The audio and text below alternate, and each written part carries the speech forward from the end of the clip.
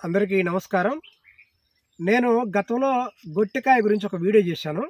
గొట్టికాయ ఇది తింటే మంచి శక్తి ఉంటుందని, ఇది తింటే అడవుల్లో బాగా తిరగొచ్చని, ఆ గొట్టికాయని తింటే ఆరోగ్యవంతులుగా ఉంటామని చెప్పి ఒక వీడియో నేను చేశాను.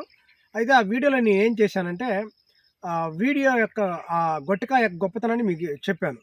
అయితే కొంతమంది ఏమన్నారంటే, ఆ గొట్టికాయని ఎలా తినాలి? మీరు తిని చూపించండి. ఏదైనా అడవిలో ఒక దాన్ని తినాలంటే కొంచెం భయం ఉంటుంది కదా! కొన్ని విషపూరితమైన కాయలుండొచ్చు. కొన్ని సాధారణ కాయలుండొచ్చు. కానీ మాకు ఏ కాయ ఎలా తెలుస్తుంది?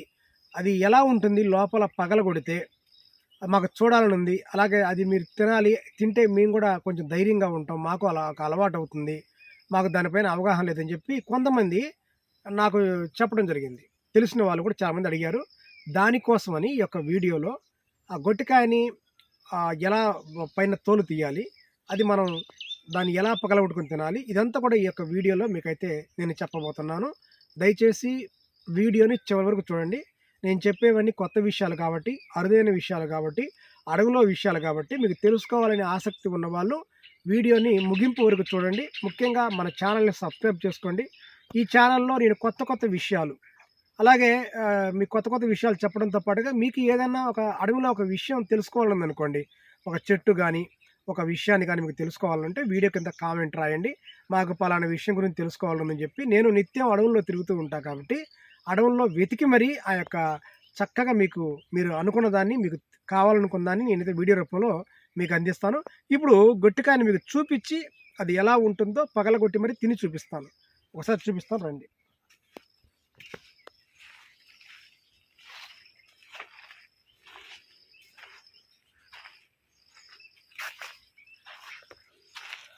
ఇగో చూడండి కాయలు, గొట్టికాయలు. ఇవి గొట్టికాయలు. చూడండి ఎంత గుత్తులు గుత్తులుగా ఉన్నాయో. ఎక్కడ పట్టినా మనకు కాయలే కనిపిస్తుంటాయండి. వీటిని గొట్టికాయలు అంటారు. అయితే వీటికి ముళ్ళు కూడా ఉంటాయి. చూడండి ముళ్ళు.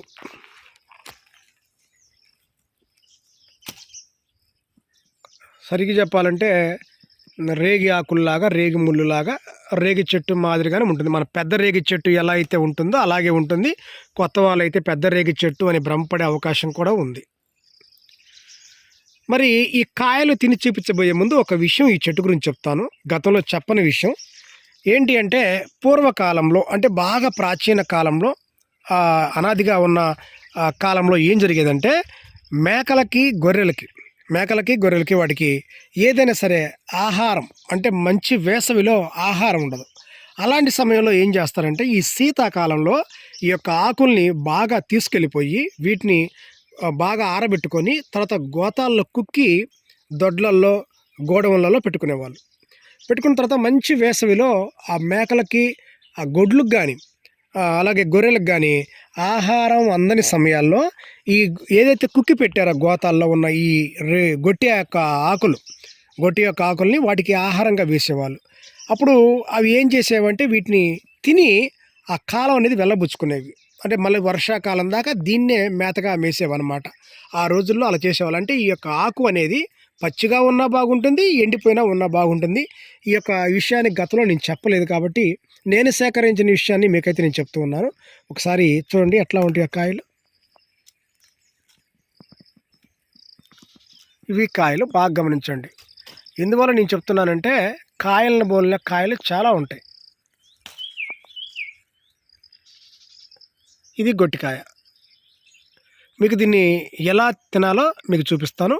అయితే ఏం జరిగేదంటే, ఈ గొట్టికాయ అనేది ఎక్కువగా వీటిని మేకలు తింటాయి. మేకలు తినేస్తాయి. ఎంతవరకు తినేస్తాయి అంటే, ఈ కండ పైన చూడండి, ఈ పైన కండ, ఈ కండని తినేసి మేకలు ఇట్లా నోటితో తినేసి ఊసేస్తాయి. అంటే లోపల ఏదైతే మన గింజ మాత్రమే ఉంటుంది. ఈ గింజ బాగా ఆరిపోతుంది. ఆరిపోయిన దాన్ని పగలగొడటం చాలా తేలిక. ఇప్పుడు ఈ కండ తీసామంటే లోపల ఉన్న గింజ అంతా మెత్తగా ఉంటుంది.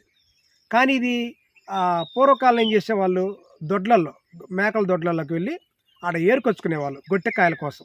అప్పుడు ఏంటంటే కండ ఆల్రెడీ అవి తింటాయి కాబట్టి లోపల కాయలు ఏరుకొచ్చుకొని వాటిని కొట్టుకొని తినేవాళ్ళు. అంటే మేకలు ఈ పై తింటే మనిషి లోపల తినేవాడు. అంత బాగుంటుందన్నమాట. ఇప్పుడు మీకు నేను ఇప్పుడు తిని చూపిస్తాను. అంటే మీకు అర్థం కావాలి కాబట్టి ఇది మీకైతే నేను తిని చూపిస్తాను. ఒకసారి రండి.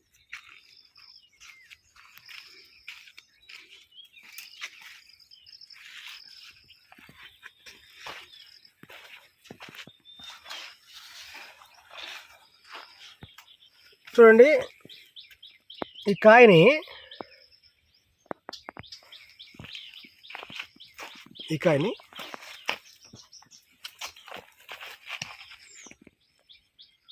చూడండి, ఇది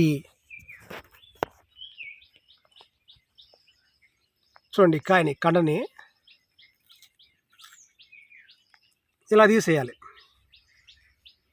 ఇలా వస్తుంది అన్నమాట. తీస్తే బంక వస్తుంది.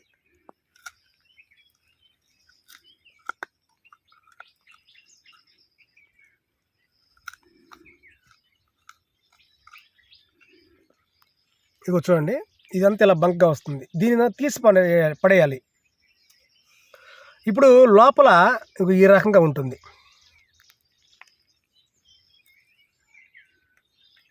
ఈ రకంగా పప్పు వస్తుంది.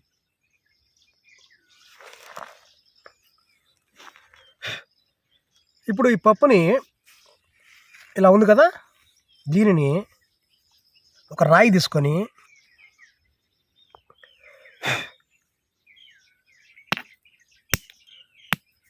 ఇలా పగలగొట్టాలి. ఇగో చూడండి, ఇగో లోపల పప్పు ఉంది చూడండి.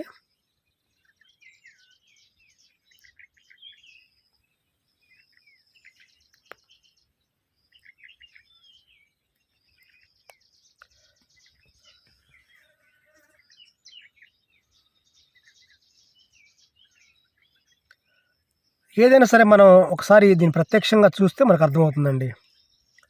ఇగో చూడండి, పప్పు ఆ రకంగా వస్తుంది. ఇది మనం తీసిన తోలు. చూడండి, చూసారు కదా. ఇప్పుడు ఈ పప్పుని చూడండి,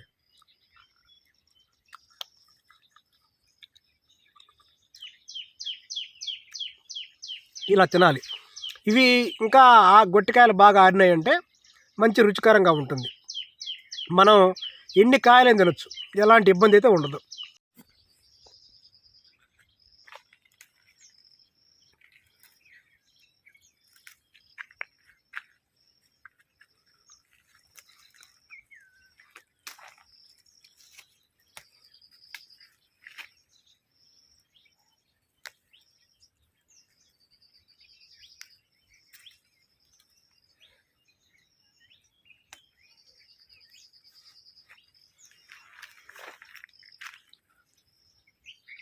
వీటినే గొట్టికాయలు అంటారు.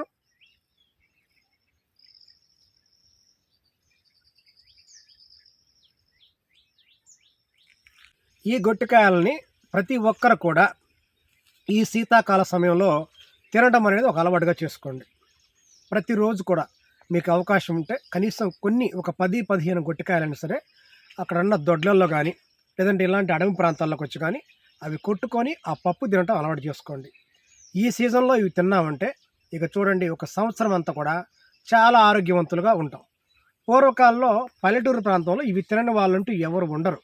అంటే ఇప్పుడు ఎవరైతే పెద్దవాళ్ళుగా ఉన్నారో వీళ్ళంతా ఒకప్పుడు చిన్నపిల్లలు ఆ రోజుల్లో వీటిని చాలా ఇష్టంగా తినేవాళ్ళు, చాలా వీటి కోసం వెళ్ళేవాళ్ళు. ఇంకా వీటిని గోళీల్లా పెట్టుకొని ఆడుకునేవాళ్ళు. ఎవరు ఎక్కువ గెలుచుకుంటే వాళ్ళు ఎక్కువగా ఆహారం తీసుకోవచ్చు అన్నట్టుగా ఈ గొట్టికాయల ఆటలు కూడా ఆడేవాళ్ళు. కాబట్టి ఈ అరుదైన విషయాన్ని మీకు చెప్పాలి అనే ఉద్దేశంలో నేను సేకరించడం జరిగింది. ఎన్నో అరుదైన విషయాలు ఉన్నాయండి. వీటిని మనం తెలుసుకోవాలి. మనం ఏం చేస్తున్నామంటే అన్నీ కొట్టి పారేస్తున్నాం. ఇదంతా అబద్ధం, లేదంటే వాటిపైన ఒక అపనమ్మకం, లేదంటే వాటిపైన ఒక అవగాహన లేని సమస్యతో మనంతా కూడా అదే రకంగా భావిస్తూ ఉంటాం. కానీ ఈ ప్రకృతిలో ముఖ్యంగా అడవుల్లో ఎన్నో రకాల ఔషధాలు ఉన్నాయి, ఎన్నో రకాల చెట్లు ఉన్నాయి. ఈ గొట్టికాయని తినండి, మీకు వ్యాధి నిరోధక శక్తి కూడా బాగా పెరుగుతుంది. చాలా మీరు బలంగా, చాలా దృఢంగా తయారవుతారు ఈ గొట్టికాయలు తీసుకోవటం వల్ల. ఇవి కేవలం ఈ జనవరి నెల దాకా, సంక్రాంతి దాకా మాత్రం ఇవి కనిపిస్తూ ఉంటాయి. తర్వాత ఇవి కనిపించవు. ఈలోపే మీకు అవకాశం ఉంటే ఈ వీడియోని షేర్ చేయండి. అలాగే ఈ వీడియో చూసిన వాళ్ళు తక్షణమే వెళ్ళి మీ గ్రామాల్లోకి వెళ్ళి మీ బంధువుల గ్రామాలకు కానీ వెళ్ళి చక్కగా దీన్నైతే మీరు సేకరించుకొని తినండి. ఇంకా ఈ గొట్టికాయలని వీటిని మీ ప్రాంతాల్లో ఏ పేరుతో పిలుస్తారో, అంటే ఒక్కొక్క ప్రాంతంలో ఒక్క పేరుతో ఉంటాయి. మీ ప్రాంతంలో ఏ పేరుతో పిలుస్తారో కామెంట్ అయితే రాయండి. ఎందువల్లంటే ఒక చెట్టుకు కానీ, ఒక ఆకుకు కానీ, ఒక మొక్కకు కానీ, ఒక కాయకు కానీ ఒక్కొక్క ప్రాంతంలో ఒక్క పేర్లు ఉంటాయి. ఒక్కో దానికి 10, 20 పేర్లు కూడా ఉన్నాయి. అలాగే ఈ గొట్టికాయలని ఏమంటారో ఈ వీడియో చూసిన వాళ్ళు ఖచ్చితంగా మీరు కామెంట్ అయితే రాయండి. ఈ వీడియోని షేర్ చేయండి. అందరికీ నమస్తే.